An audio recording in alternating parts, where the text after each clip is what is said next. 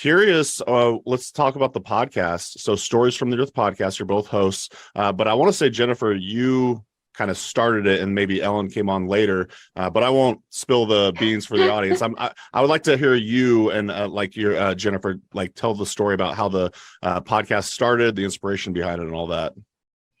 Yeah, so it was an idea I had for a long time. I want to talk to herbalists because I knew that there were many different ways of being a herbalist. And I was just really curious about those ways. And I felt like I wasn't hearing the herbalists talk. Like, I don't know. I felt like there was a need. Yeah. And I was curious. So that was the original idea, is just to interview the herbalists and, and hear their stories. And I was very interested in how one also like works as an herbalist and what were the options available, all for me, because I was, again, like I was like, I don't know quite how to proceed on this herbal path. And I thought, yeah, people might also want to know.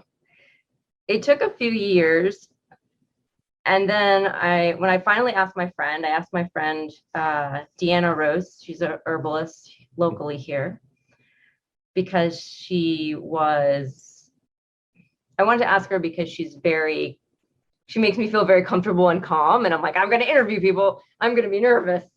I've never done this before. I've read half an how to interview book. That should be fine. Okay.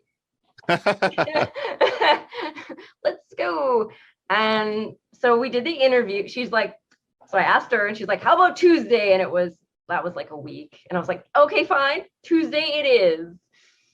So it was like 4 years. And then suddenly it was a week away. Wow. So we started out doing it live on YouTube. That was the first one. And then I didn't think anything was going to come of it, because in my life, things just sort of, I'm like, oh, haven't happened. Like, and I was like, oh yeah, I'll do one and that's it. That's all that'll happen. Oh. I just feel like I've been knocking on doors and none of them have opened, for whatever reason. And so then she posted it to her social medias, because she's very involved in the herbal community locally here. And at the time, I was not. I'd always wanted to be, but I wasn't. And it blew up from there. Like suddenly all of these herbalists wanted to talk. I had a sign-up sheet. I had to schedule 2 a month for several months to go through this list of everyone who wanted to talk. And I was just blown away. I was like, holy cow. Yeah. It really just hit a chord with them. No one had asked them this. And I was just like, really? They're like, oh, thank you for writing this space for us to speak. And I was like, oh, well, thank you for talking to me. Like, yeah. You own Red Moon Herbs. You own this herb school. You do all this amazing things that I've seen on social media that so I was equally blown away. And yeah, so we went through the list and Ellen came on episode 13, I believe. I interviewed her before that. And then she came on. She's like, I was kind of waiting for her to ask me. Because we had, and then she did. And I'm like, yeah, okay, that sounds good. And we decided to sort of expand the concept, because we started out interviewing herbalists and we're like, well, we could do more with this title, Stories from the Earth. Yep. And we expanded out to just how different ways you connect with the outside world. So, and then we are also doing books. We do book reviews and book chats.